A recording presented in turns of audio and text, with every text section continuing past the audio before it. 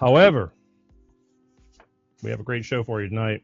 I don't know if who tuned in last week, who was able to see the show that I spoke about my beloved California and how it's going to hell. I do like California. You know, I mean, people can make fun of it, but it's a great place to live when it was a great place to live.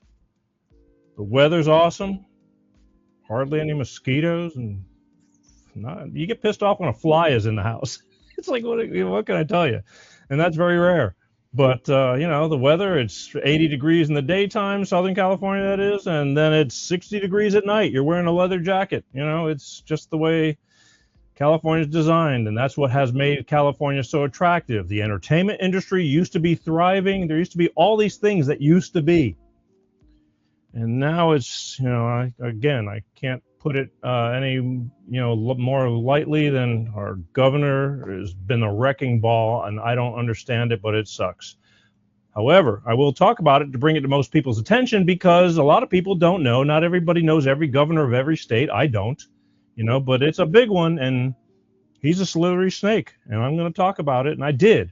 However, we were talking about the wildfires last week, about the ones in Maui. We'll be talking about that too. The ones in Pacific Palisades, Malibu area, and Altadena, California. And I spoke about all the things that are going wrong over there, and the corruption already, and the dream, the reimagine, you know, the same old bullshit, same old story, different location. Well, it just happened to be the 8th, which is 2 days from now, which will be the 2-year anniversary of the Maui Lahaina fires.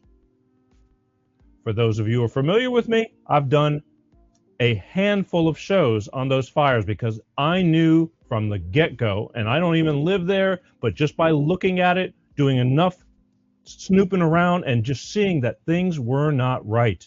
And it was a catastrophe, and people died, and people lost everything.